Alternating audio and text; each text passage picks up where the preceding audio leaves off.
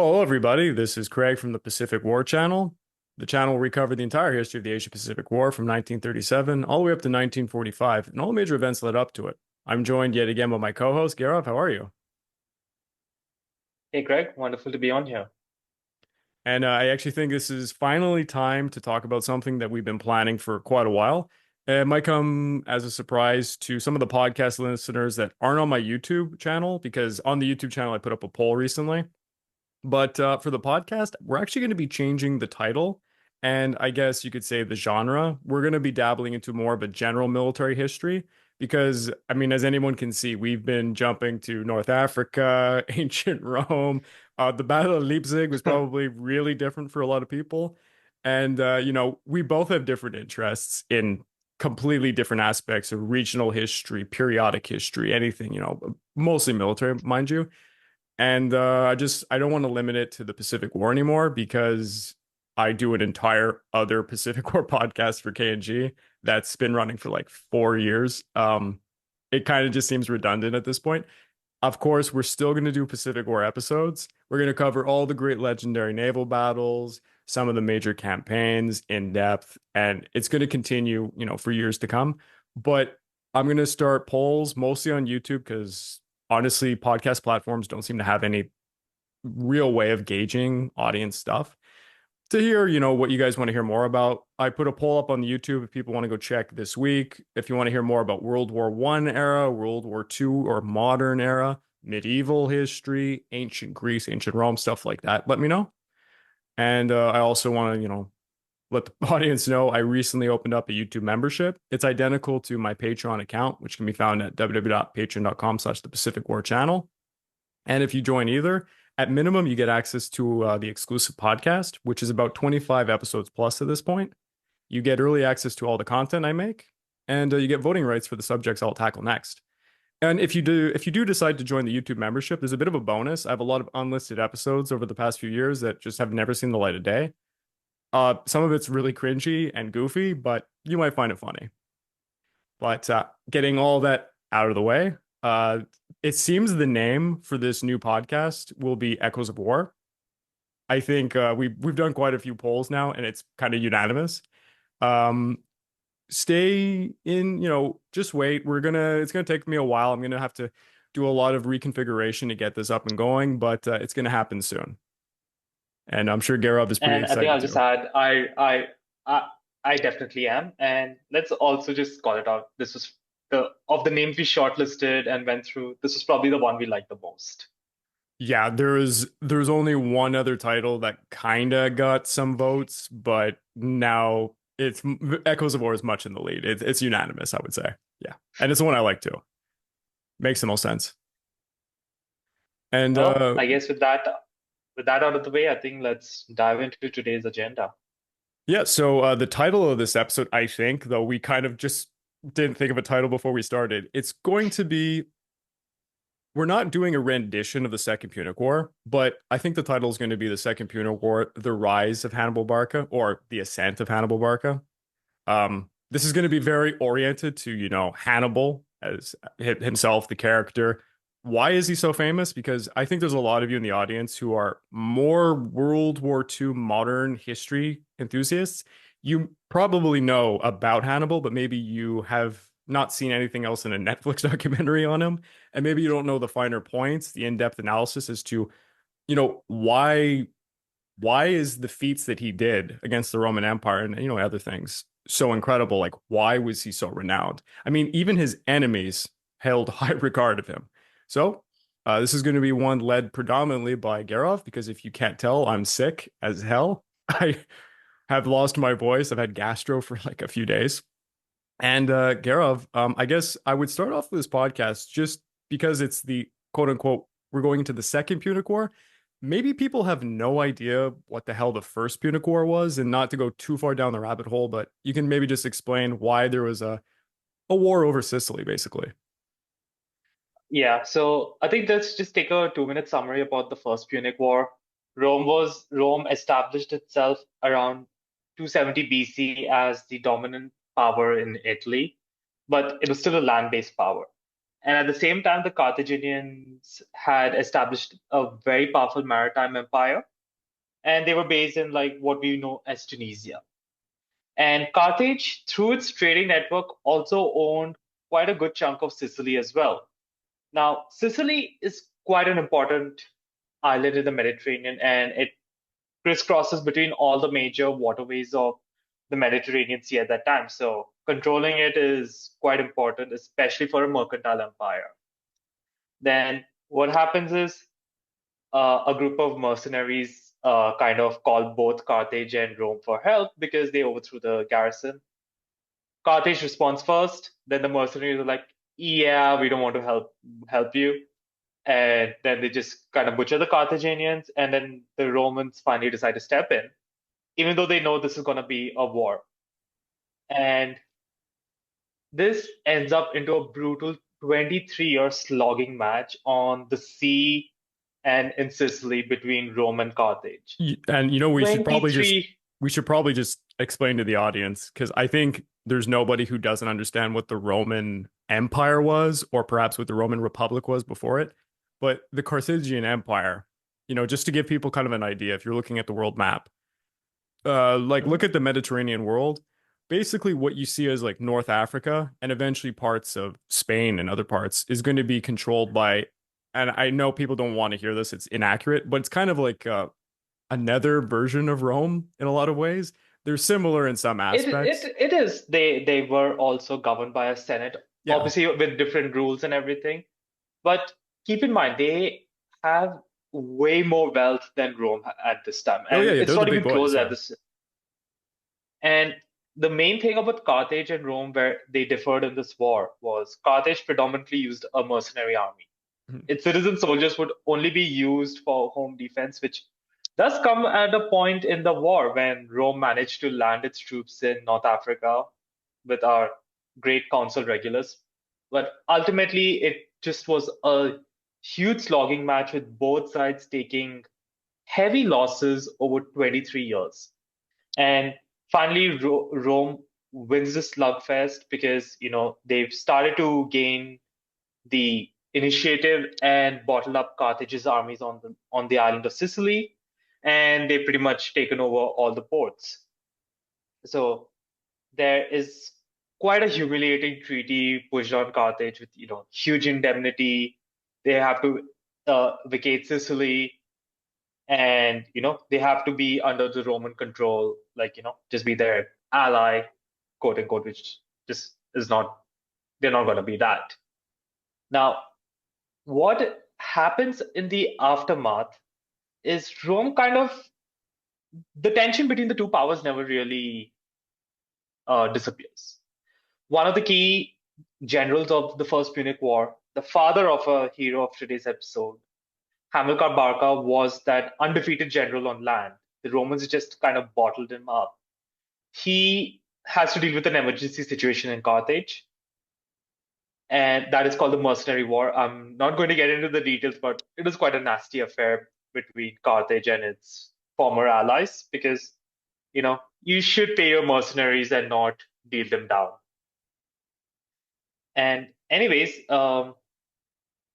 we see the situation where Hamilcar Barca controls one faction in the Carthaginian Senate, and a man named Hanno the Great, he who is more peace oriented, is controlling the other faction, and they just don't get along.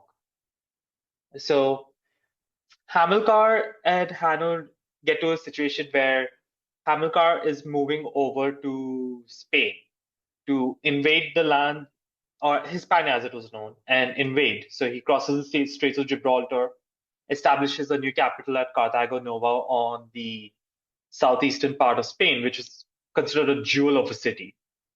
And, he's a very talented general, and he starts to gain Carthaginian influence and strength in the region, annexing a decent part of the country. Right from nothing, it's the Carthaginians now control the southern half of Spain. And this is where our story really starts with, Hannibal. So when Hamilcar was, about to head over, right? he did want to go there because the reason was Spain was quite rich. It had a lot of silver and gold mines, and Carthage had this very huge indemnity to pay. You got to get the money from somewhere, right? And Hannibal, when he goes to Spain with his father, is about 8 to 9 years old. So he's still a kid. And his father then makes him swear, like, he will never be a friend of Rome as long as he lives. Now, this is And very important because this is kind of a legendary part of the story, by the way. The oath that, yeah, little Hannibal has to take. yeah. And over a fire in like a sacrificial chamber, he brings him and, like, with the gods as their witness, he has to swear that he will never be you know, a friend of Rome. Now, again, there are some others who say it was Hannibal who kind of took the initiative on this or whatever, but we don't really know that because, unfortunately, with the loss of historical texts, it's kind of hard, but it's quite agreed upon that some kind of ceremony did take place for sure. At this point, he's just a young boy, so he's not really involved in the early conquests. And I think a couple of years after landing in Hispania, Hamilcar Barca is killed in a conflict with a very powerful Iberian tribe. And he died while he was in the rear, like, in the rear guard covering the movement of his army. And I think some say that Hannibal was in the last group of stragglers that were just ahead of the rear guard where his father died. Now, he does not take over the army. It goes to his brother-in-law, a man called Hasdrubal the Fair. Now, this guy is more of a statesman than a general, but that's actually what we need right now. He focuses on expanding Carthaginian territory, but also consolidating their gains and setting up their mining and all the recruitment operations, because Iberia is a very good source of good heavy infantry and archers as well. So this is his focus. He's not looking to expand. And that's probably wise right now to gain a lot of stability in the area.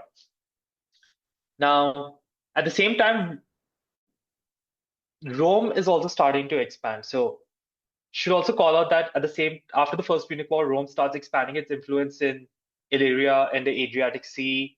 It's pushing north, defeating the Gauls in northern Italy, and it's kind of now exerting a little bit of influence in northeastern Spain, right around what we know as Catalonia and everything, just south of the Pyrenees.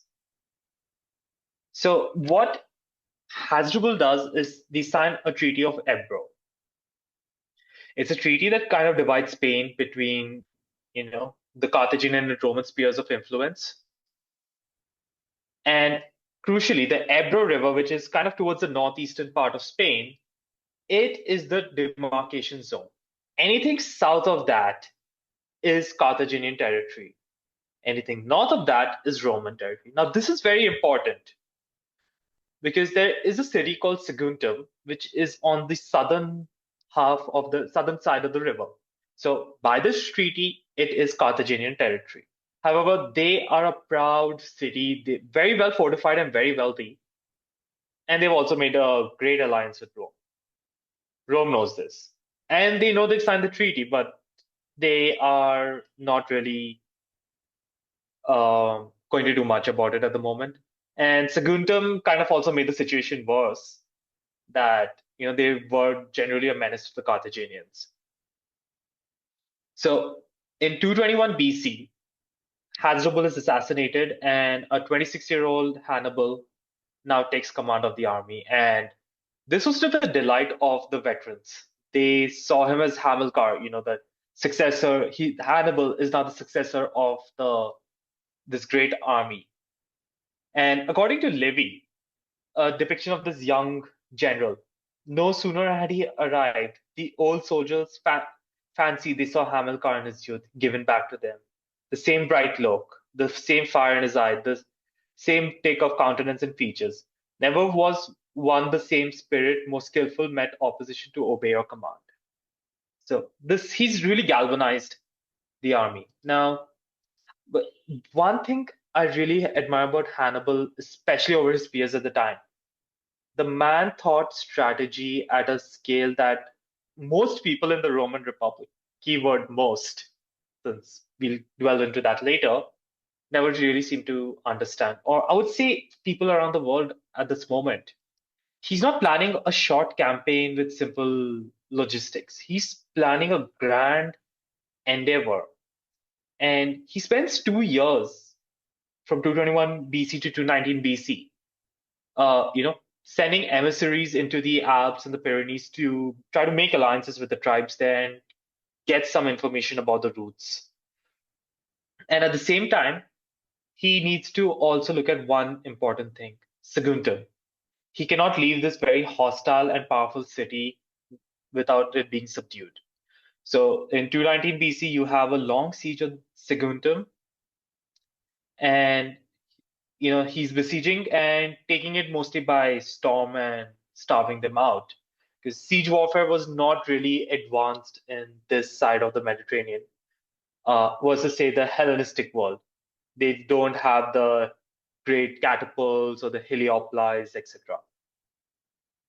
So it's a kind of a brutal siege, but it lasts 8 months. But he finally does that, and at the same time, he was also wounded, so he's also a frontline commander. When the city surrendered, he was willing to let everyone go from Saguntum if they just, leave unarmed and with 2 garments. He's just going to take the city. And when they refuse, well, there's a massacre. But what this does is the riches of Saguntum come into Carthaginian hands. And he uses this to pay off his mercenaries and entice them so that they want to stay with him. And he's ready to, keep a strong base of operations in Hispania. Rome is not too pleased with this outcome. So they actually send Quintus Fabius Maximus and a delegation to the Carthaginian Senate. And they demand that, Carthage orders Hannibal to surrender and come back and, face trial and also get executed, because let's face it, that's going to be the outcome. Mm-hmm, yeah. And the Senate of Carthage refused to execute this. And instead of this very famous moment, Fabius takes 2 folds in his toga, okay? And he says, in one I have peace and one I have war. What will you take? The Carthaginian Senate is like, you decide. He drops one and just says, let it be war. And this is where in 218 BC, the Second Punic War is officially considered as commencing. Now, Hannibal is a guy that really understands, siege. So right now in Hispania, he does have a really, really massive army. It's over 95,000 infantry, over 15, 16,000 cavalry, and I think around 60 elephants. So it's quite a sizable detachment, but not all of this is going to come with him, because one thing is he needs speed, and that is that is very important. So one thing he's also doing is he's sending a lot of Iberian infantry to North Africa to aid in the defense of the North African homelands, while he's also transferred a similar number of troops from North Africa to Hispania. And he leaves about 10 to 15,000 of his own men, and they're given to his brother Hasdrubal. He's going to be securing their base of operations. At the same time, he starts marching across the Ebro and is reaching the foot of the Pyrenees Mountains. And at this time, before we jump into the great crossing of the Alps, just to explain to the audience, if you were picturing in your head a map, the overall grand strategy is there's a defensive war for, the homeland of North Africa in case the Romans do try to take it to, Tunisia and all that. But between Hasdrubal and Hannibal, it's going to be basically like a 2-pincer attack. So Hasdrubal, like you said, he's going to be protecting Hispania and New Carthage. But there is the hopes that if Hannibal is going to do what we'll talk about in a little bit, sweeping into the heartland of the Roman Republic, then Hasdrubal is going to be able to pincer from the side, and then they'll meet. And then there was also a hope of logistical aid through Hasdrubal, and then of course other allies that might have in occurred the through like the Greeks and all that. Yeah. like the Gauls, yeah, Yeah. because they were like the people in the mountains. And speaking of pincers, this was exactly what Rome was also doing, and it shows Hannibal's foresight in planning. After the fall of Saguntum and war was declared, two consular armies of the Romans were raised. One under Publius Cornelius Scipio, not the hero that we will be talking about, but his father. Yeah. Unfortunately, they have the same name. I don't have a There's choice. a lot of Scipios. Yeah, yeah. But he was given a consular army to move towards Spain and try to intercept Hannibal at the Ebro River area, while his colleague, fellow consul Sempronius Longus, was tasked to go to Sicily, which is right now under Roman control, and prepare for the invasion of North Africa. So it does show like his prudency, where he's already reinforced uh, North Africa with about 15,000 to 20,000 heavy infantry. This is on top of the local forces that are already there. So when he starts entering into the Pyrenees, he before that he also has sent back about 12 to 15,000 people and quite a bigger bit of his baggage train because he thinks that they're not going to be reliable. They don't have that much of a will to fight. And this is also a way to show his allies that, oh yeah, I'm so confident in you guys, to my rest of my troops that we don't need them. And the hope of also sending these men back is it wins goodwill and popularity for the Carthaginian faction in Iberia. So when he enters the Alps, he has around 50,000 infantry and 9,000 cavalry, and I think around 35 to 40 elephants. Oh, and another thing we probably should say to the audience, why would he cross this impassable terrain? What was the grand strategy behind this? I think the main reason is he did not want to take the seaborne route because it is not easy to set up a beachhead, and he knows the Romans will be waiting for him. Yeah. One thing about Hannibal is he's able to think strategically at a level that is why we consider him one of the greatest commanders because he's taking risks. Hmm. Granted, they are fairly calculated risks, but it's still a big endeavor. But there's no way the Romans would have ever thought that this was possible. Yeah, for people trying to understand, in this ancient world, the idea of doing what Hannibal did is basically like it's almost like the Ardennes Forest in World War II. It's someone is coming into your backyard from a route you just never even conceived. Like if you were to take out a map, he could have done a coastal route from Spain, let's say, where he would have just Mhm. immediately ran into Roman forces and it would have been a battle of numbers. And whatever Rome can put up and he could put up, but he would have lost because Rome is closer. If he lands Yeah. anywhere, the Romans would have just destroyed the beachhead. It wasn't going to happen. By crossing over the Alps, he's almost just appearing out of nowhere into the heartland of Rome, and Rome doesn't have enough time, and all of their military forces that are outside of that region are cut off. It's brilliant if it works. It is, and one another thing I would like to add. This area is very recently the area just south of the Italian Alps. That's very recently been subjugated by the Romans. So there's a lot of simmering tensions between the Gauls who inhabited the area and the Romans. And they don't have any insights into the mountains because they've never really come this far north in force. So to them, they think they might probably just see that mountain range. They're like, yeah, nothing's coming through, especially not an army. We're safe.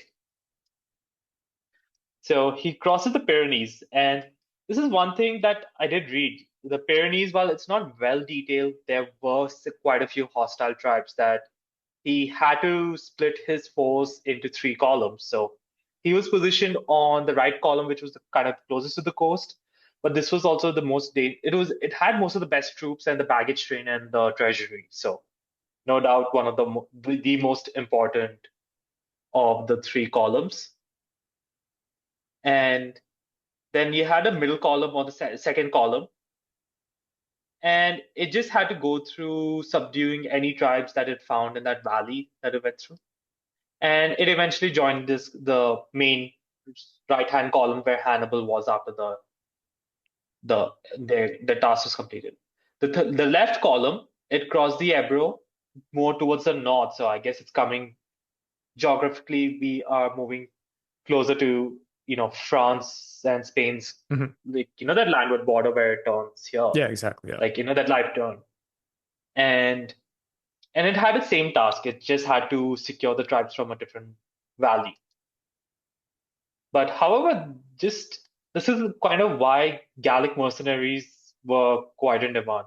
The Carthaginians took a beating, and this is not just a levied force of Carthaginians. This is quite an experienced fighting force that he's going, and he's already taken about 10,000 casualties Yeah, but it just was crossing in the Pyrenees. it's basically it's guerrilla warfare on terrain that's Hmm. very, very unnatural to the Carthaginians. And some of the mercenary allies who are from local areas, of course, understand the terrain, but the guys that are coming after them are just trying to plunder, pick them off, steal from them and stuff. And yeah, it did a lot of damage to them. Like Hannibal's army took quite a hit before it gets over. And he's not even, and this is actually not a good thing for Hannibal because he knows that the passes are going to get treacherous when winter comes in, and he wants to cross into the Alps much quicker, especially as he knows that the descent from the Alps into Italy is way more treacherous than the ascent, the route he wants to take. Like, this is through all the intel that he spent gathering over the previous couple of years. He knows this. So speed is of the essence. He doesn't want to be detected, and he needs to get there fast before the Alps get snowed in. So as we continue his march, right? Um, we do. He's kind of like at Misilla, which is in a modern day sense, it's kind of like on the southwestern, southeastern part of France. Sorry, my bad. And just before the foothill of the Alps. So it's kind of on the coast, I guess. Probably close to Toulon, I guess, like if you were to compare it to modern day geography.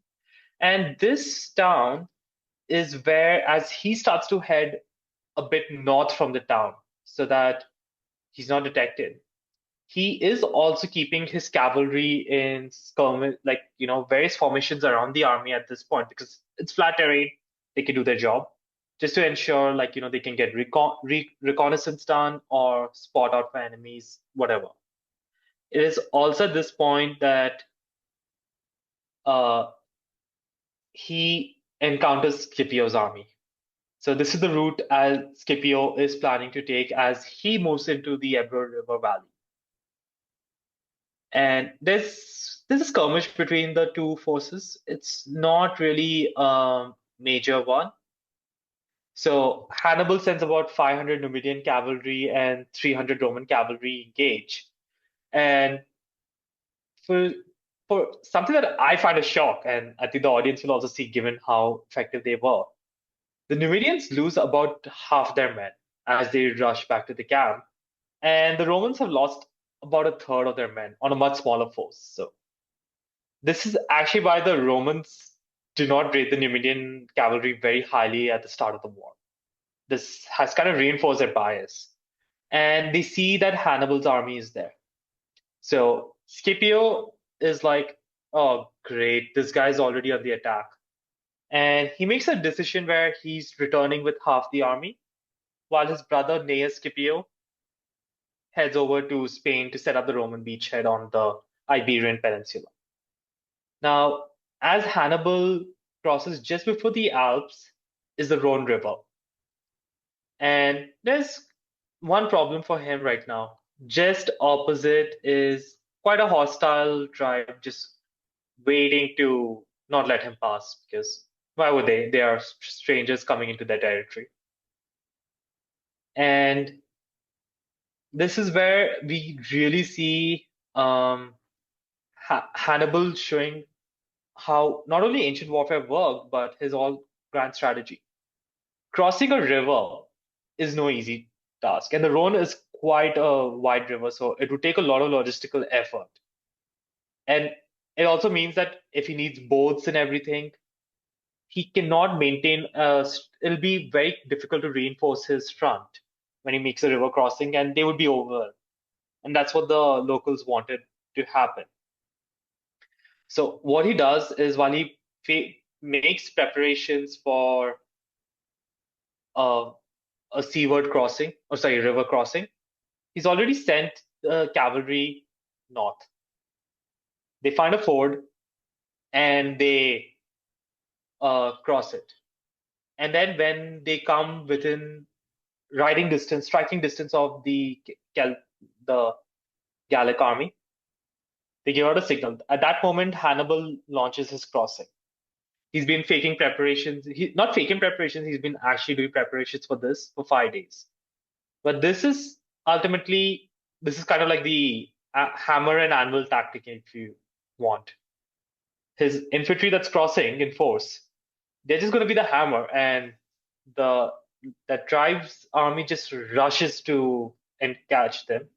But at the same time, what they don't see is a couple of thousand horsemen charging out from behind.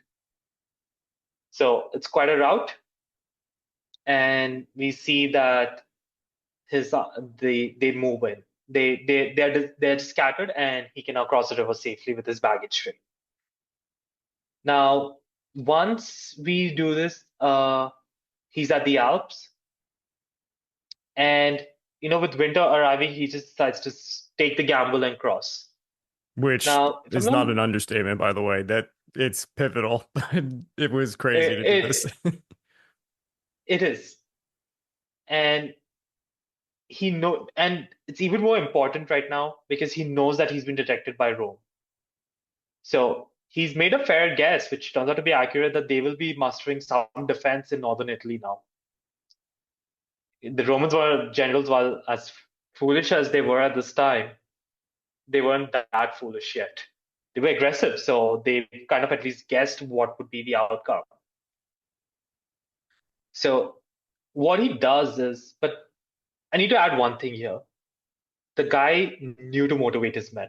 After they cross the Rhone, they actually have a big party because some chieftains who've allied with him have come. So he wants to tell his men, hey, look, we have allies, we're ready. This is just going to be easy. And this just boosts the confidence of his men. And maybe it's just giving them false hope, but if he had not done this, it would be quite easy for his army's morale to break. And I think that's really like, a general knows the psyche of his men. He knows what to do, when to do it. And this is just exactly, showing that.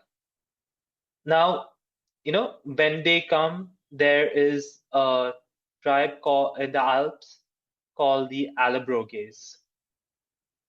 And so one thing I just want to call out as well, we don't know where he really crossed, which path in the Alps.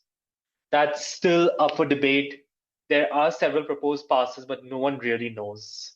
So just calling it out, but it is one of the major passes. And so he's going, and the Allobroges, they are quite a hardy mountain tribe. Since we know people who grow up in tough environments, they tend to be quite tough because they have to survive it. And as you stated earlier, the people in this area, they do resort to guerrilla warfare.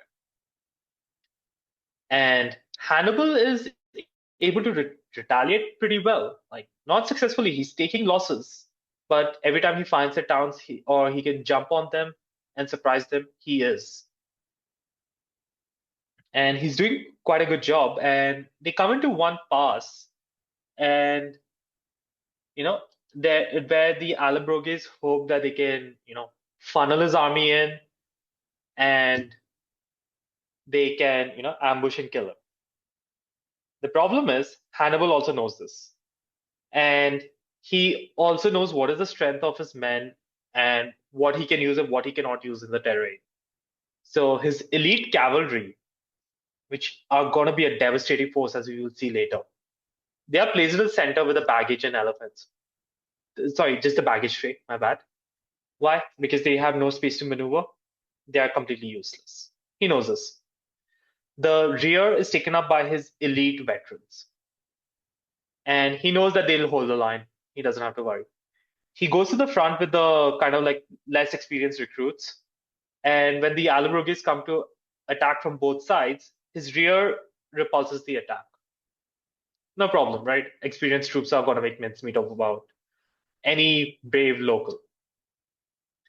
The front, that's where they had a chance, but he decided to keep his elephants there to intimidate the tribesmen, and they were absolutely freaked out by the sight of the elephants. Yeah, these guys have never seen anything like that. Yeah, for sure. Yeah, but to be fair, can you blame them? No, of course Who not. had the elephant in the mountain pass?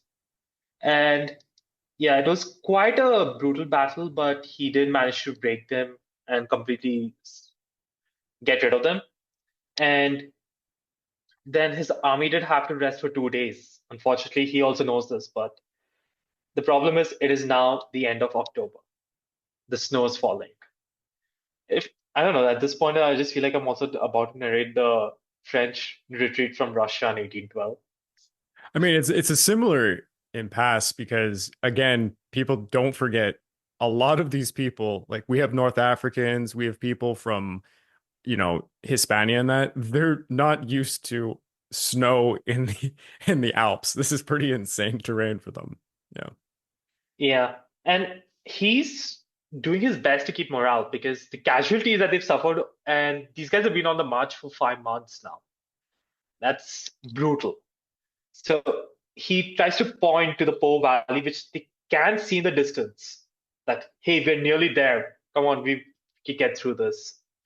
And he kind of is worried about the descent because now the snow is there, and so the snow on the southern side of the Alps has melted and thawed, and then it kind of melts in the day and freezes at the night. So it's quite a treacherous way to get down.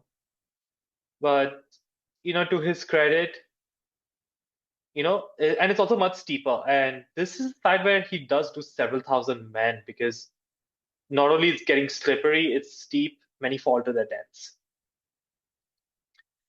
And this is where he does something that to just show that he's not going to be stopped is at an early point in the descent they are blocked by a landslide, and a conventional excavation would have taken like many man hours to say the least, and there was no detour available, and, he kind of like uses uh water and wine to kind of create like some primitive explosive to kind of clear the path, saying, I shall show you the way or I'll make the way. It was like some line he said. And keep in mind, while we think of Hannibal bringing a big force of elephants down into Italy, he's pretty much down to a couple of them by now. Most of them have not survived. Yeah, I think a lot of people who don't actually read the history forget the fact that he goes into the Alps with a lot of elephants, and then it's just a Yeah. couple. Like he rides an elephant when he's coming down, but I think maybe it's just a few of them that survive. From what I know, he's down to maybe max 3 right now, Yeah. maximum.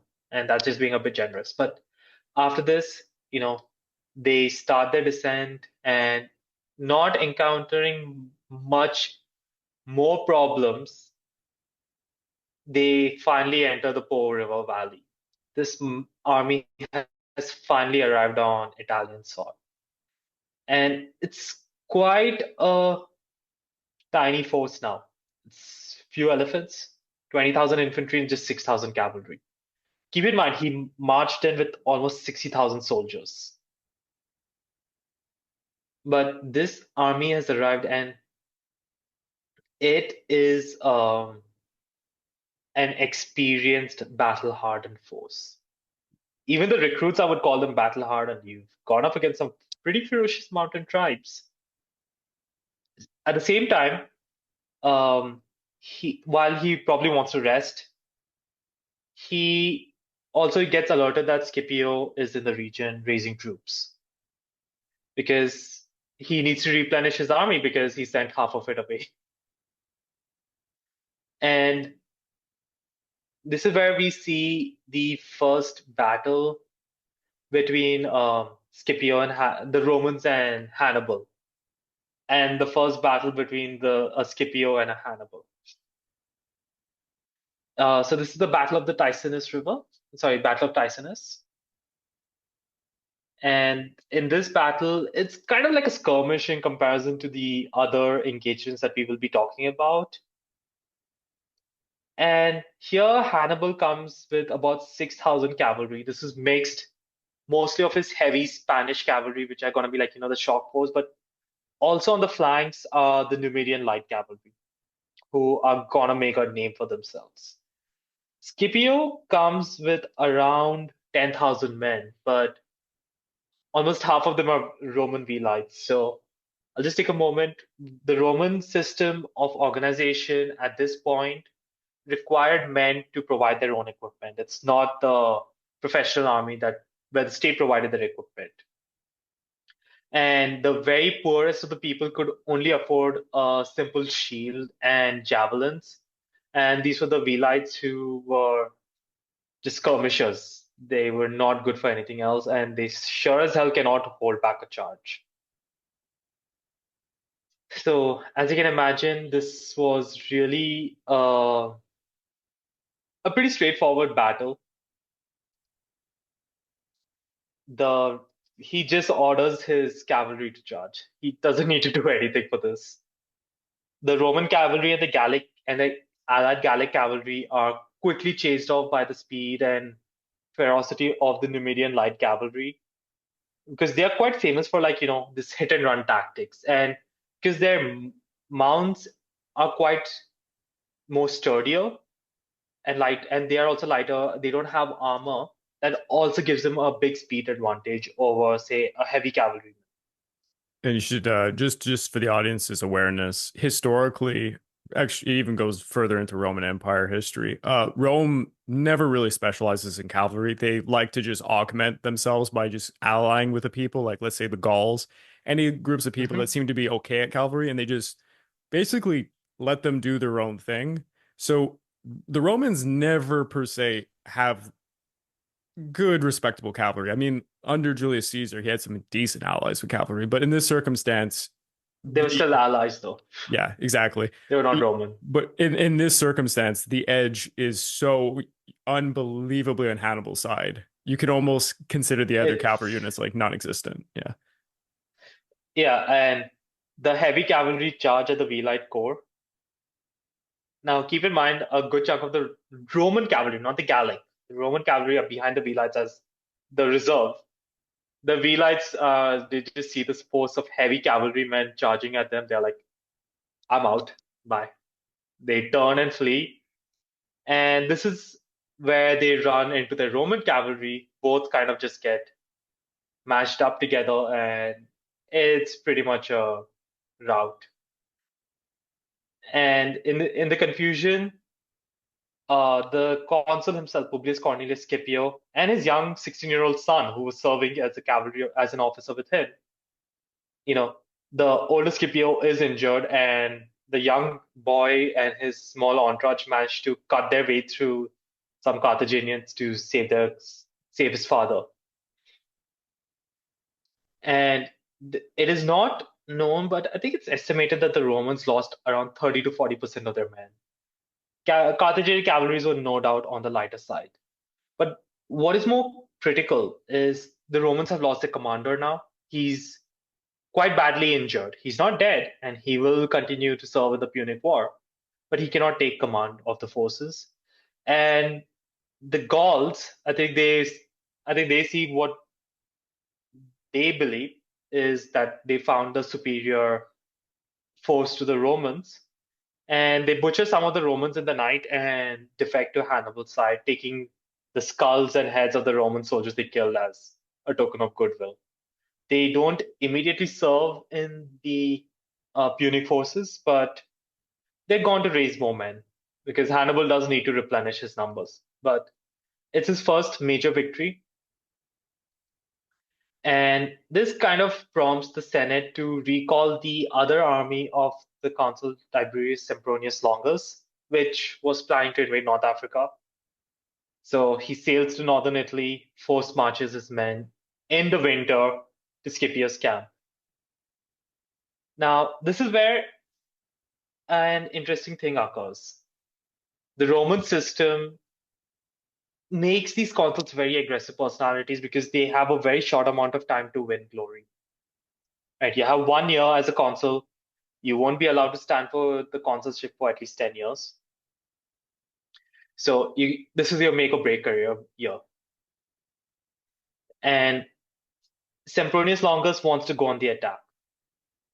As you'll see, this is what all Roman commanders seem to like to do for quite a couple of years now. Whereas Publius Cornelius Scipio is saying, okay, I've seen them fight. I think we should stay, train these extra recruits I've got, get them into a proper fighting force. Sempronius Longus is like, nope, we're not doing that. He wants to do it. And that's exactly what Hannibal is counting on. And so in the, this is now coming towards the end of December 2018, 218 BC, sorry. And we have, I think I should first talk about how ancient battles were fought, just to give an idea. Set piece battles throughout history have been, a rarity. And in the build up to a battle, the armies are going to be within the proximity of each other. Say, they might be 10 to 12 kilometers apart, or up to 8 miles apart. And they can be there for weeks or months, forming up a battle around the area, but not really engaging. At least not in force. You will have your light cavalry or your cavalry and skirmishers engage each other. It's what you could just consider small duels. It's no serious engagement. And the idea is to try to gain morale or bait your opponent into coming to attack you. Because one of the biggest things for any battle is you've got to maximize your strengths or minimize your opponent's strengths. Hannibal knows this quite well. And that's exactly what he's trying to do. But at the same time, he's not having complete control over his men at the moment because while they are pillaging northern Italy for supplies, they're kind of losing most of these skirmishes. But then again, I can't blame them for wanting to forage for supplies. These guys were literally in a brutal Alpine march for a few months. And on the day of the battle what we know as the Battle of Trebia, this is something in December 2018. We don't know the exact date. Hannibal and his men are. Sorry, one sec. My internet has gone unstable. Psst. Hey you ever hear me talk about some great Pacific War movie or documentary like Pearl Harbor minute by minute over on Netflix and feel the urge to watch it for yourself? Uh-oh, you live in Japan and your Netflix doesn't have it? Must suck to be you. Sucks to be me right now. Oh wow, season 4 of Demon Slayer is out. Oh wait, I can't watch it on Canadian Netflix, but it's over on Japan Netflix? Whatever will I do? Oh no. Being blocked from regional content? With private internet access, you too can watch Demon Slayer Season 4 by switching your IP address to Japan. Yes! Hell yeah! Why stop with Japan? With private internet access, you can change your IP address to over 84 different countries and every single US state, giving you access to region-restricted content all over the world. Nice. Many websites and services like Netflix are only accessible depending on your physical location, but private internet access helps you overcome these restrictions. Think about it. Without private internet access, it's like paying for a TV series and missing out on the latest season. Shots fired, Demon Slayer on Canadian Netflix. Is that like a personal attack or something? Ever fear people are gonna find your Google searches? Banzai! Banzai! Banzai! FBI, open up! Private internet access makes sure that those Google searches remain a buried secret, as private internet access encrypts your internet access and has a no logs policy. Think you're safe with the local coffee shop's free Wi-Fi? No, you are certainly not.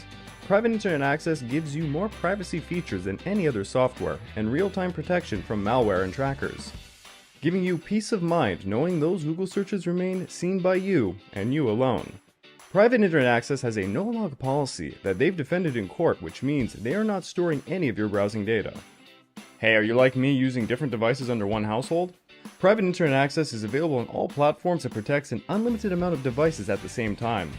I personally use private internet access to unblock movies and TV series from all across the globe, and I sleep easier writing scripts for my YouTube channel and others knowing my data is secure. Look, this is a no-brainer. Sign up with my link in the description of this video to get 83% off, plus 4 months for free, so it ends up being only around $2 per month. Signing up for private internet access is risk-free. There's a 30-day money-back guarantee, and 24/7 customer support is available. So don't forget to click www.piavpn.com/The Pacific War Channel, and a big thanks to Private Internet Access for sponsoring this video. Yeah, all right. It should be okay. I think it's back. I'm so sorry about that. So this is towards the end of December, northern Italy, so it's going to be pretty cold. Now, Hannibal chooses his battlefield quite well. And this is the hallmark of a good commander. You will choose the ground of your choosing. You will not engage on the enemy's terms. Something the Romans don't seem to understand, though. At least not yet. And what he does, he's positioned his main camp on the western bank of the Trebia with a kind of marshy, swampy area to its south. The Roman camp is across the river, slightly south on the eastern bank. And Sempronius Longus just wants to get into battle, and you can see why he might be feeling confident, because in the skirmishes that they had, he's got the better of the Carthaginians most of the time, so he's claiming that moral victory. However, he's really underestimated his opponent. So the day of the battle, Hannibal sends the Numidian light cavalry to attack the Roman camp. And mind you, this is not to cause really any casualties or anything, but just say, hey guys, why don't you come for battle? Give them a rude wake-up call. Yeah, it's a raid. Yeah. And Sempronius Longus, I think he's kind of like, the consulship is also going to end for him in 3 months. He rouses his men. So this is about 36,000 infantry and 5,000 cavalry. He doesn't let them prepare for the day. So they've not eaten. And he forces them to march north and then cross the river and head west.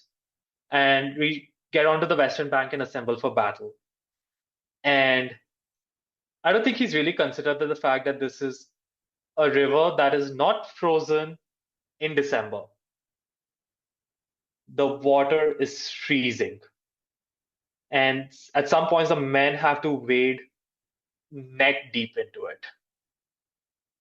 And so you can imagine you come out with a wind. Oh God, you would be freezing up. And at the same time, he's making you assemble into formation. In the meantime, Hannibal's army is also ready for battle, but he's had his men eat a good breakfast. He's had them rub themselves, it seems, with olive oil so that they are better protected against the cold. Now, these guys are ready.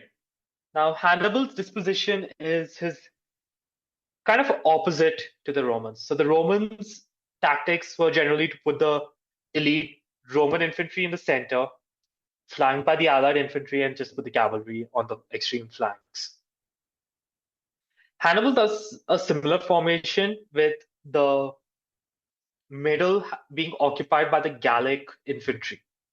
And it's a thinly stretched line. His veterans flank them. And this is actually done as a bait.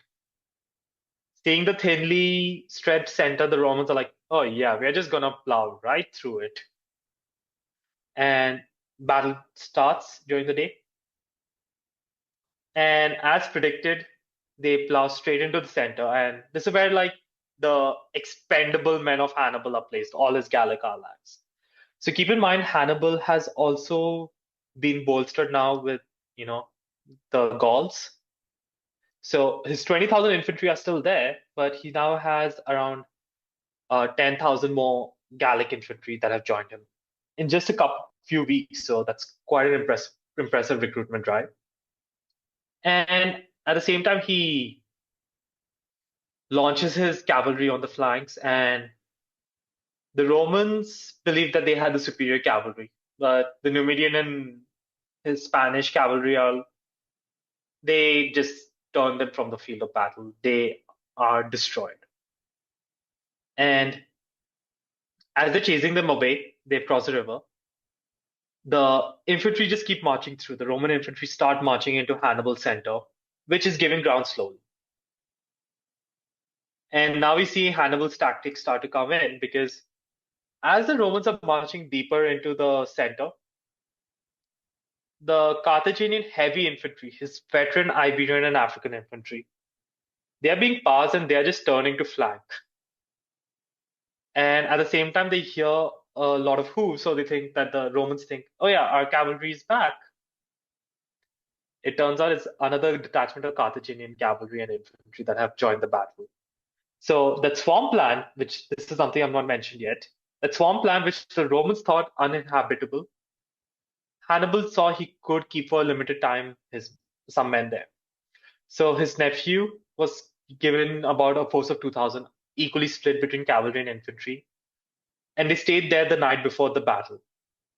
No campfire. So the Romans walked right past them, and boom, the Carthaginians have completely surrounded the Roman army.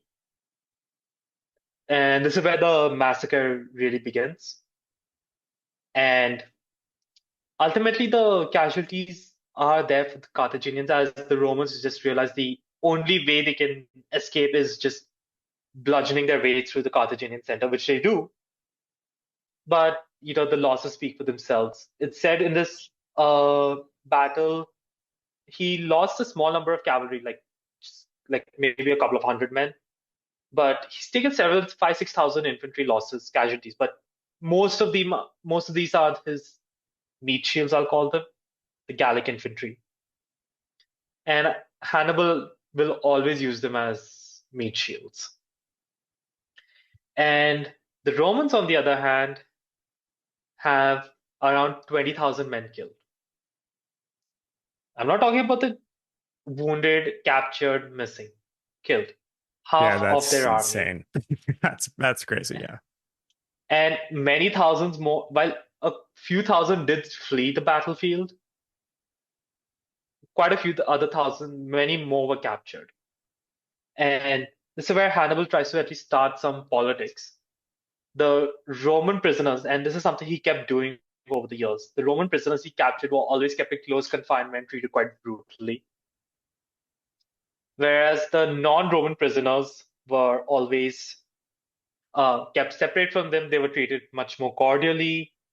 And then he calls them and says, I'm just here to liberate you guys from Rome. I'm not here to fight you. So, just go tell this to your friends, so they'll have no problem with me whatsoever. And he dismisses them without ransom. I didn't think of saying this to the audience yet, but for those who aren't aware of basically the history of early Roman Republic, and even like early empire, Rome is not unified, it's not rainbows and kittens. Like there's a lot of peoples that were conquered by the initial, what initially was Rome. There's like the Etruscans, there's all the ancient, enemies of the Romans that kind of get periodically destroyed and abused. And then they're forced to be part of the Roman Republic. But at any given point, they love to rebel. And there's inner fighting in the Roman Republic all the time. And it's actually really brutal. I'll just say that usually there was not too much infighting until we really see the breakdown of the Republic. These guys were generally pretty loyal most of the time to Rome. But at this moment, yeah, now they have, they started to rebel mostly seeing Rome's defeats rather than their dislike of Rome. But yeah, they do, quite a lot of them defect. And right now, those who are considered Romans, are pretty much what you would call like a strip around central Italy, which was the former Latin League. Only men from these cities are considered as Roman citizens. they're true Romans. The rest are allied, second-class citizens to the Romans, I should call. Yeah, it's actually a great way to put But it. They are second-class citizens, and a lot of them are very resentful, and that's going to play into kind of Hannibal's political game. Yeah, especially like the regions of Magna Graecia and northern Italy, which both are fairly recently conquered areas. So, and also home to some of Rome's worst enemies, as we'll see later, as southern Italy defects. I'll get to that a bit later, probably not now. So, at the same time, the Romans are also reeling from this defeat. Initial panic is kind of removed when Sempronius Longus just comes back and is like, yeah, he just casually oversees the next elections. And you do have, two new consuls taking over. So you had this guy, Gaius Flaminius, and I'm sorry, I can't recall the other counts. One sec. Gaius Flaminius and Gnaeus Servilius Geminus, as they're elected as the next consuls for the upcoming year. And both again are pretty similar to the other consuls. Aggressive, not really giving much thought. So they raised two new armies, each about 25 to 30,000 men. And they're guarding the eastern and western approaches to Rome. So for like a bit of a geography of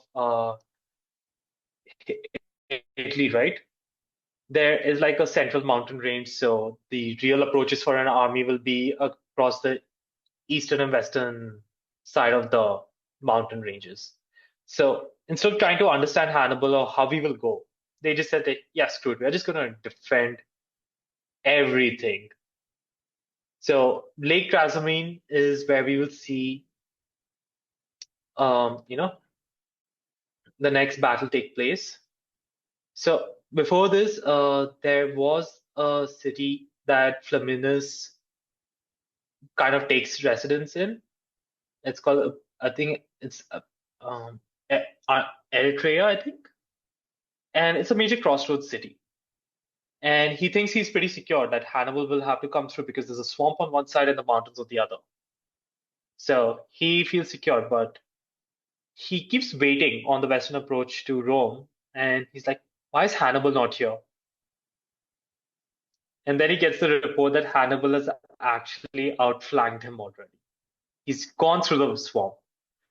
Another pretty risky gamble. He does lose a couple of thousand men there and his eye as well, because an infection does set in, and unfortunately he loses that one eye. That's why, the images we always see him with, a patch. So now Flaminius is now cut off from Rome, but he is still a very hot-tempered, aggressive personality. And he decides to chase after the Carthaginians. So he's walking into Lake Trasimene, trying to get to where Hannibal went. And now keep in mind, Lake Trasimene just has like one path between the shore and the mountains. So it's not really a big front. So the army is going to have to march in a column for this. And that's unfortunately what Hannibal wants him to do. He knows that the guy's going to rush to try to intercept Hannibal.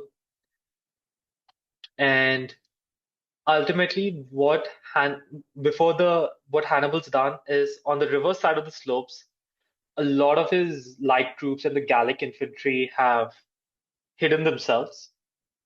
And as Flaminius starts moving through the passage, and at a point where Hannibal judges that the entire Roman army is going to be in a column now, there is a blockade he's constructed, manned with Carthaginian heavy infantry, just to stop the advance. And at that moment, his cavalry and another infantry group close the exit route.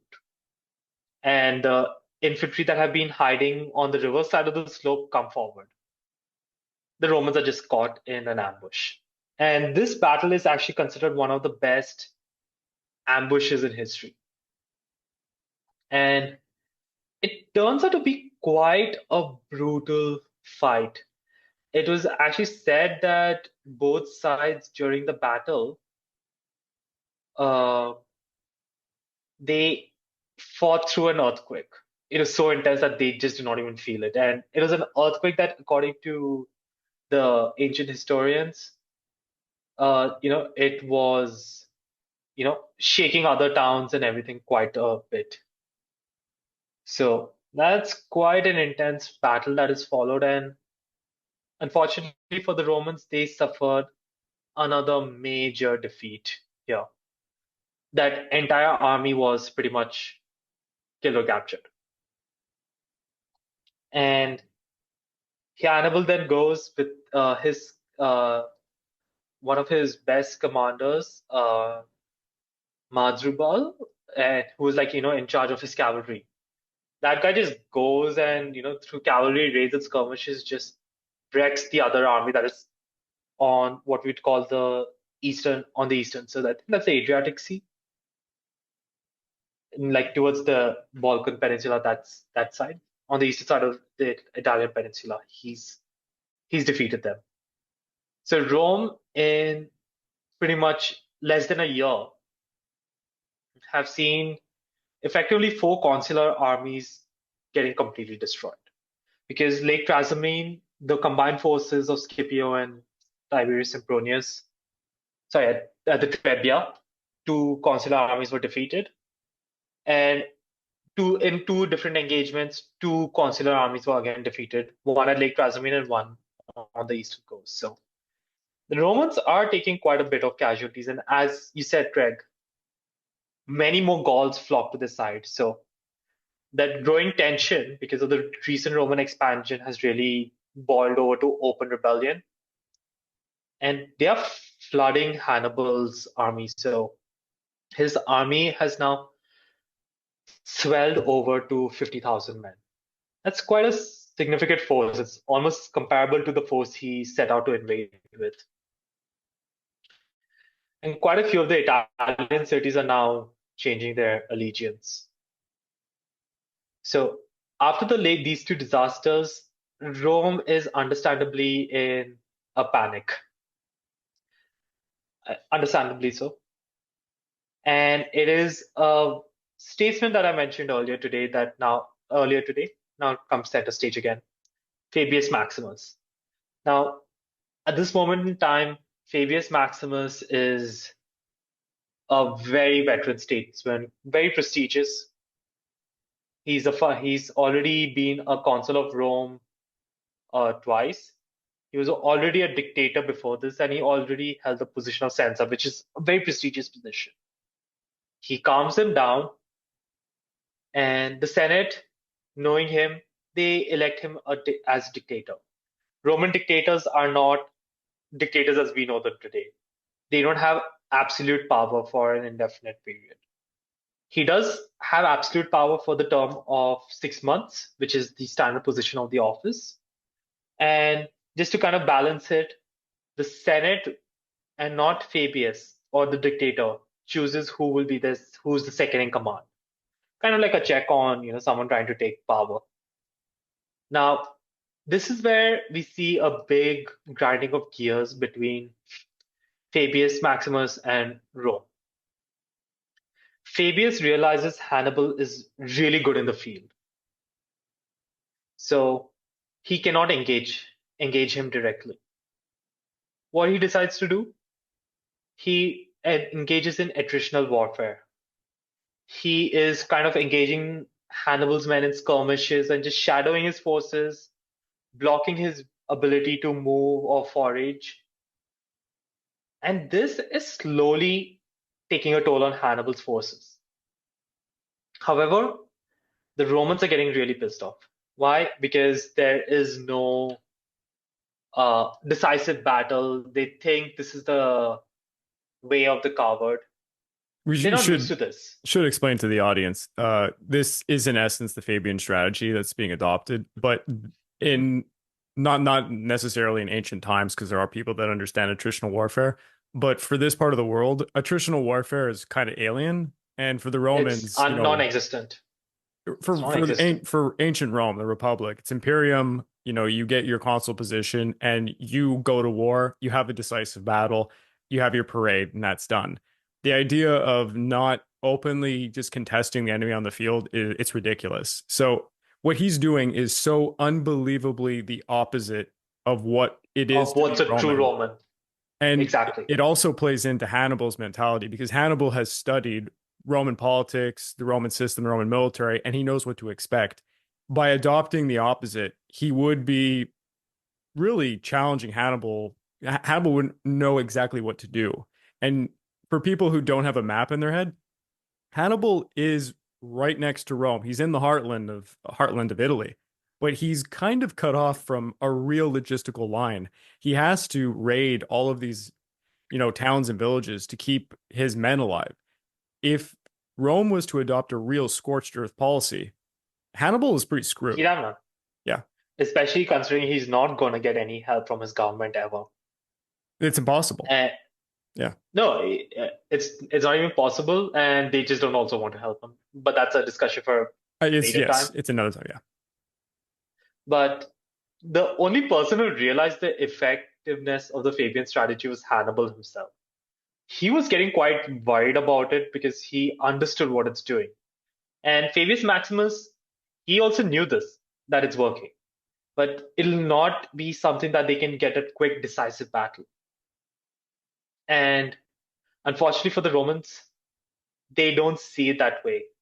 And Hannibal, to his credit, he starts avoiding the estates of the Fabius family in his marches. So this really builds up that anti-Fabius sentiment. Yeah. To just explain to the audience, there's also an element to this where it looks like to some of the Roman Senate and Roman people that maybe Fabius wants to prolong his dictatorship, and that's why he's not seeking a decisive battle. So it's kind of like a propaganda war where it looks like, he's really just trying to be a dictator for longer to people. And anyways, it's a side thing, but yeah. But that's actually quite a good adoption of how he's approaching the war on such short notice when faced with a new strategy. And unfortunately, while he's quite effective at getting Hannibal bottled up, he's kind of humiliated a little bit at the Battle of Aga Flenarius. It was a kind of tiny battle where he kind of around southern Italy near the city of Capua. So that's on south of Rome on the western side of Italy. Fabius had bottled him, but Hannibal tied torches to the oxen and the Romans rushed to the wrong place, thinking that the Carthaginians are breaking out, and Hannibal just snuck out. So the Senate used this as an excuse to promote their Fabius' second in command to co-dictator. And even then, that guy, he went into a battle, and it was a relatively minor engagement. It was a draw because Fabius managed to arrive with his armies to save the day and just ensure both sides just retreated in good order. But the Romans are like, yeah, this old man doesn't know what he's doing. Screw him. So the summer of 216 BC we have two consuls, Lucius Aemilius Paulus and Gaius Varro, take charge as the consuls for the year. And they were not really elected for any reason other than the fact they hated the Fabian strategy and wanted to go the traditional Roman approach of bludgeoning your opponent in full force. And Rome raised the greatest army it ever did till this point.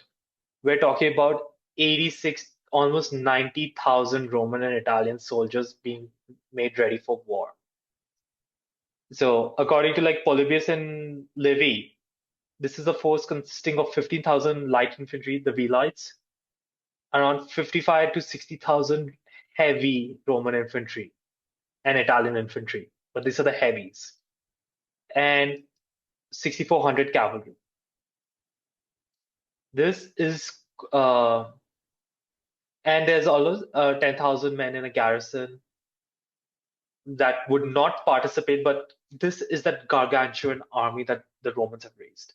Considering the population, this is such a huge step that they've taken. Hannibal, on the other hand, has also bolstered his army with the Gallic and Italian recruits. He has 8,000 light infantry, 32,000 medium to heavy infantry, and 10,000 cavalry. Of his infantry, 21 of this heavy 32,000 infantry, right? 21,000 are Gallic infantry.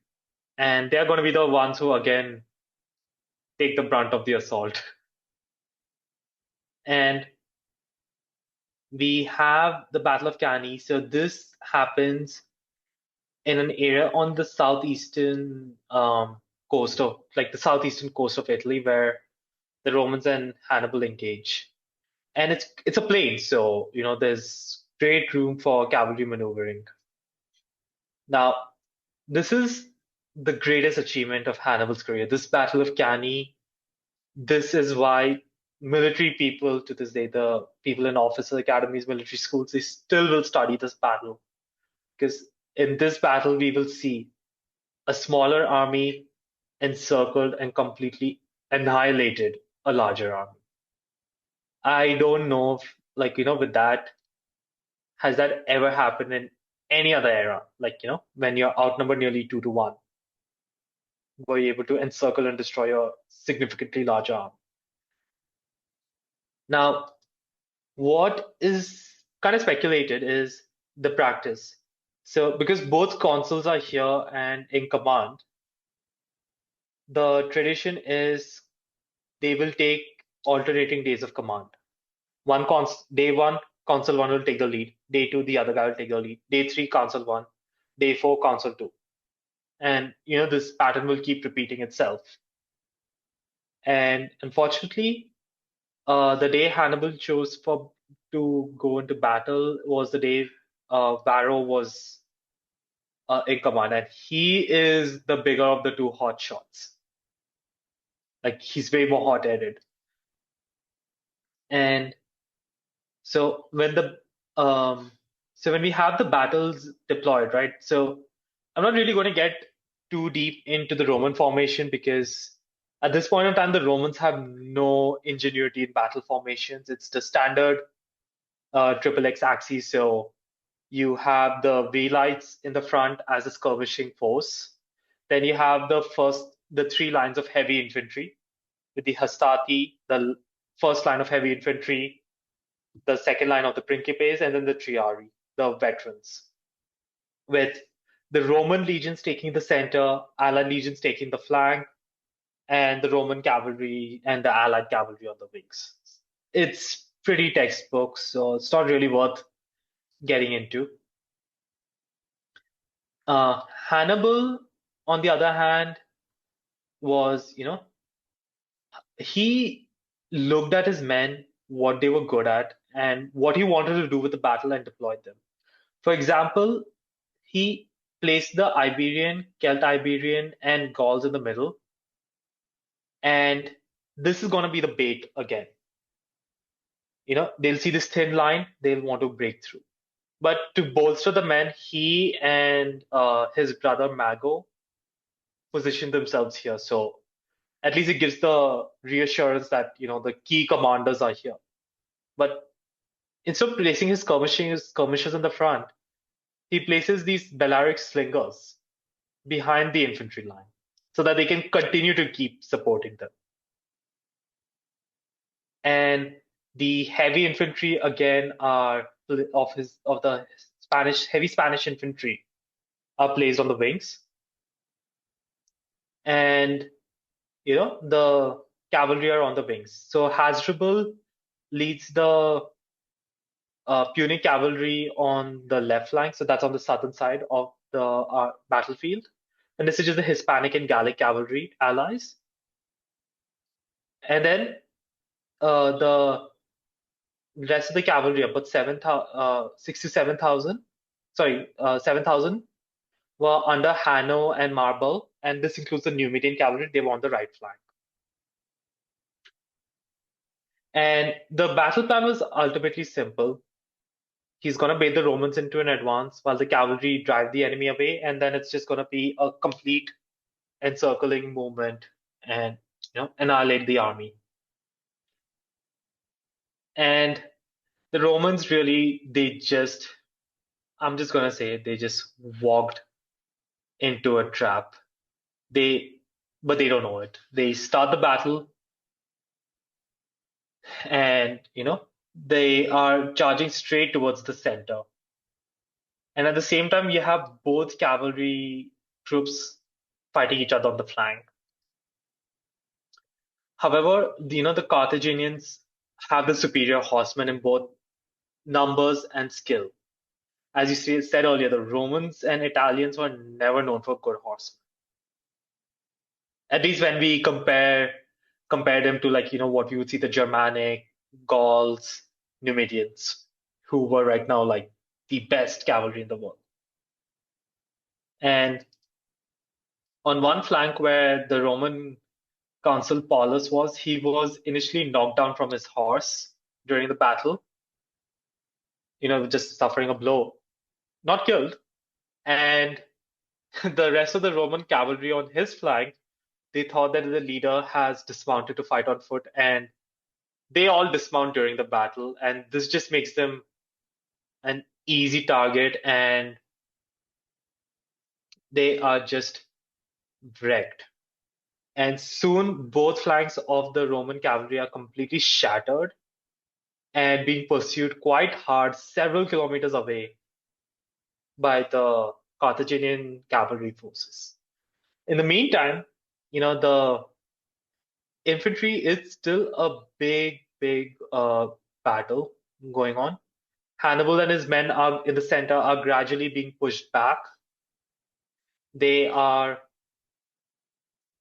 slowly giving ground, but that's as they're marching past the heavy infantry, these guys start to turn inwards 90 degrees, so that you have three sides of the square completed.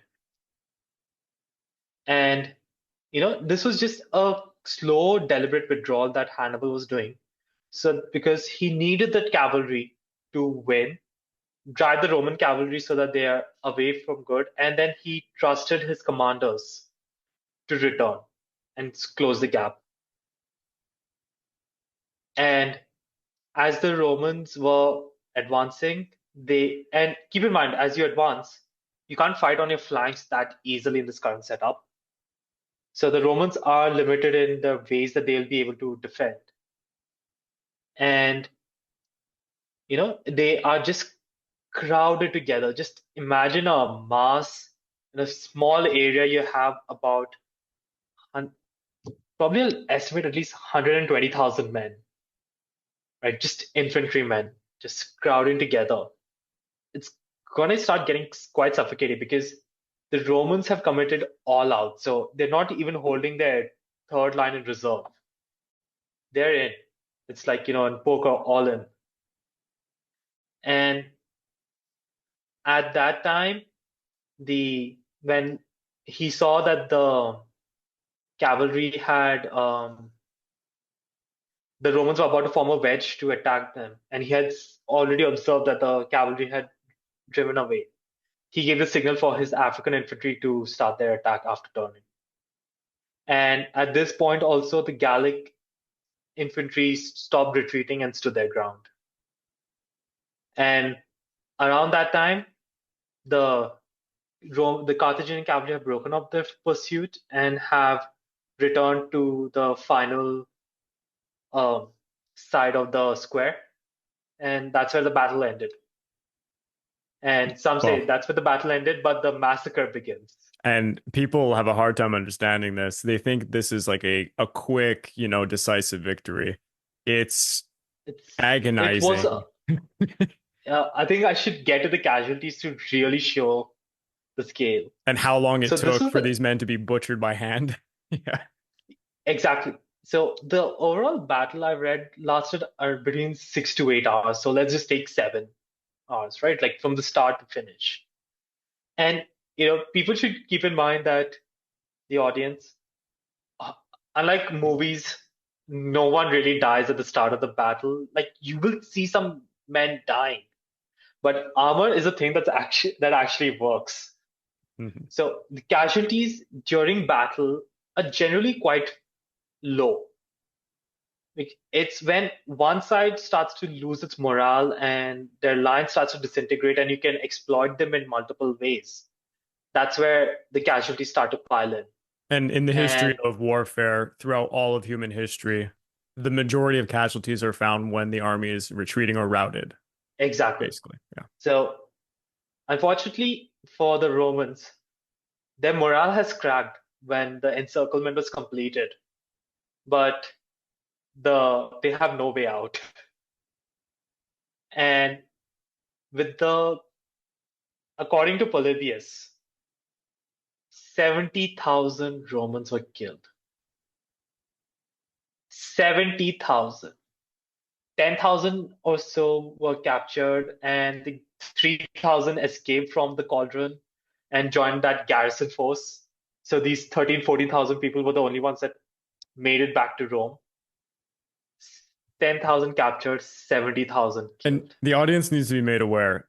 This took so long. There were so many Romans that were in this area being squeezed together. They started to just kill themselves because you were just waiting to die. It's such a True. horrifying And situation. yeah, and you're just being pressed in from all sides of that square. Yeah. And keep in mind, the first few phases of the battle would have easily taken several hours. Mhm. Because it's not even if you have low quality troops, you still have morale. And if I just do this math right now, if you assume a linear killing of 70,000 dead over the 7 hours, so that comes out to almost 167 men being killed every minute. It's insane. Almost 3 men a second. And this, again, for people, this is not modern warfare. These are people hacking each other by hand. The amount of just blood on the ground, it would have been, it's insanity. It would have been something out of a nightmare. Yeah, I think if you just compare it, like there's Napoleon's Battle of Borodino, which was also a pretty bloody affair Mhm. in 1812. On that one day as well, the casualties were anywhere between 68 to 90,000 men killed, wounded, or missing or captured. But it still followed the general trend where majority of the casualties tend to be more on the wounded rather than the killed. Here it's lopsided. Yeah. And I think I'll also just compare, maybe just for the audience sake, I'm just comparing it to our Guadalcanal campaign. Like maybe we could it's really to just show the scale of the disaster that I really want to, you know, get speaking. According to, like, the what I could just quickly gather, the US had about 15,000 casualties and the Japanese had about 20,000 or so, 25,000. Like this is killed, wounded, missing, captured, whatever. Nearly half dead, but yeah. And this is over a campaign that lasted half a year. And I mean, like, and it's hard to kind of equate that because the vast majority of the deaths in Guadalcanal, of course, aren't even combat related. It was starvation. It's like True. a lot, It's just, too. I guess I'm trying to just equate the scale of the disaster. No, the Battle of And Cannae is there's almost nothing that even comes close to it. people say there's no equal of it.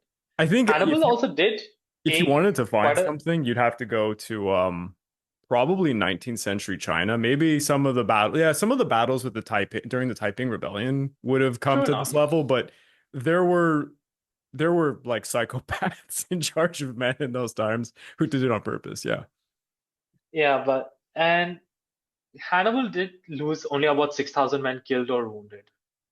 Considering the trade-off, that's a It's victory of insane. a magnitude it's unrivaled. I mean, And he there was achieved a perfect envelopment with a smaller force and d did this kind of punishment. and It is and insane. annihilated an army that's double his size. And it's quite a gargantuan number, almost 90,000 soldiers. And this is considered by Hannibal. This is like where Hannibal's fame reaches its peak. This is where, like, the man is at top of the world. And I think we should talk about the consequences of the Battle of Cannae. Well, yeah, let's get And into some of them. Don't want to give away, the rest, but yeah. true, but I think I'll just leave it on the situation that it's not an understatement to say there's complete panic and loss of Roman superiority at this moment. The Absolutely. survivors who come, the city's in utter panic. Hannibal is just 6 days march away. He's destroyed our armies. And throughout the course of the campaign, just the Roman dead, the Roman citizens that were is two-fifths of their adult male population, I think. Yeah. That's insane numbers. This is not even counting whatever few Gauls fought for the Romans and the Italian allies. This is just the Roman dead. Mm-hmm. And we already know the Gauls in northern Italy have already joined him in force. Southern Italy fully defects to Hannibal. This is also including Capua, which is the second largest city of the Italian peninsula. And two groups that rebel are what is called Magna Graecia, which is like the Greek colonies in Italy that were, I think, about half a century ago colonized and conquered by Rome. Who periodically rebelled, And but yeah. Like they're to be expected, these assholes, but yeah. and and the Samnites, who used to be Rome's biggest nemesis Samnites, for quite a yeah, while. they're rivals, yeah. And at the same time, Corsica, Sardinia, and Sicily go into revolt against Roman rule. The Illyrian pirates they've always been a plague, but now they're stepping up the attacks. And Macedonia has now opportunistically entered the war against Rome. And Hannibal has now dispatched his brother Mago to Carthage to get reinforcements. And this is where, Rome finds itself in the summer of 216 BC. And I just forgot one little detail. The Barcas have a huge operation in Spain with a lot of manpower there as well. Yeah. I think the only other time period I can think of on this magnitude would be Churchill, Darkest Hour. True enough. But I'm not going to get into it here, but since ancient history, we know the course of the Punic War. But this is for all intents and where purposes, you would believe it's over for Rome. it is. But their replies and in the immediate aftermath is, I think, more astonishing than I think anyone could really anticipate. I'm not going to get into that here. That's definitely a new episode. Sure. But please go ahead. I had a history teacher who he asked the class this is for the Roman Republic. It doesn't really make sense with the empire as much, but he said, what is, the greatest strength of Rome, if you think about it, like militarily? And, people will put out, okay, the innovation, the formations at the beginning, how they incorporate allies. And my teacher, he had just said, Rome was one of the only empires or places or peoples in the ancient world that could just keep getting hit and not give up. And if you look at it, it's that true. is so true. They get and this absolutely is not going destroyed. To be the only. Yeah. And this is not the only time in its history. They've taken, even in its past before this. Yeah. The Samnites. They've taken beatings. In the old. Pyrrhus of Epirus. Yeah. Pyrrhus of Epirus, the Gallic invasions in the 4th century BC. Oh yeah. Rome underdog Latin history. War. They're the underdogs of history for a long time. Yeah. True enough, but this is, I guess, where I'm going to stop the episode for today. So you wanted to talk about the rise of Hannibal. And unfortunately, if I do get more into him, because there's a lot more campaigning to do, Oh yeah, it's not over. unfortunately, it's going to take a couple of hours more. So Yeah. that's where I want to stop today. But it's quite a great achievement for what this young general has accomplished. Mm-hmm. He's taken on the mightiest land army at the time and wrecked it several times. And he has And taken the fight to their back door when he did so. I So think, that's insane too. and I just completely forgot, but this is an interesting thing. He's also destroyed the Roman leadership right now. Yep. Yeah, definitely. So this is according to Livy, around 80 senators, 3 consuls, um, and Paulus, the current sitting consul. So 3 consuls, 80 senators, about 30 of the 48 military tribunes have all been killed on the battlefield in this battle. And keep in mind, this is the Roman Senate right now, where their leaders are based. This is a 300-man strong body. You Oh yeah. eliminated a third of it. Yeah. And so we're gonna leave it off there because I want, people to be, frothing at the mouth for the next part. Because I think for anybody who doesn't actually, most of our audience probably knows this history because it's just so popular. But for those who don't know what happens next, it is going to be rather shocking because the Second Punic War is bizarre. It's the only way I can describe it. It is very bizarre. And it was bizarre for the people who had experienced it. It's definitely bizarre, but at least compared to the First Punic War, it's definitely way more strategic. Yeah, well, the First Punic War, both sides approach.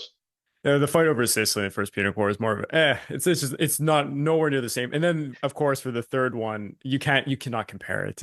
Carthage is not what it used to be by the third, and it's a coalitionary war at that time. It's just not the same thing. But stating all of that again, I want to just keep saying this for the next few episodes. The name of the podcast is going to change to Echoes of War. The logo will be different. The banner art will be different. What happens when I change the meta tags? I don't know. So perhaps if you have a chance, follow or like, given whatever podcast platform you listen to this to, so that we don't lose you. And we're gonna take our time because I'm gonna try and make this as easy as a transition as possible. And on top of that, if you'd like to further support, we want to do it right. Exactly. We want to do this correct. Yeah, because you don't do this overnight. I've seen what happens to people who do this overnight. But for those who want to further support me, please, if you have a chance, check out my YouTube membership over on my YouTube channel, or you can check out my Patreon account at www.patreon.com/the-Pacific-War-Channel. And regardless of either you choose, you get access to the exclusive podcast, you get early access to all of my content, and voting rights for the subjects I will tackle next. I do want to grow the YouTube membership. It's not gonna lie, it's very slow. It only started up recently, and a lot of you, of course, are listening on podcast platforms and not on YouTube. It sounds bizarre to people, but I really do believe YouTube is going to get better at serving podcasts, especially history podcasts. It's just it's pretty painful. It's a slow grind, it seems, over there. But if you join that one, you do get a bonus. There's a lot of unlisted episodes that do happen to be podcast based. A few of them, it's 4 individuals all debating history and other weird stuff. It's pretty cringy and comedic, so you might like it, you might not, but it's there if you want it.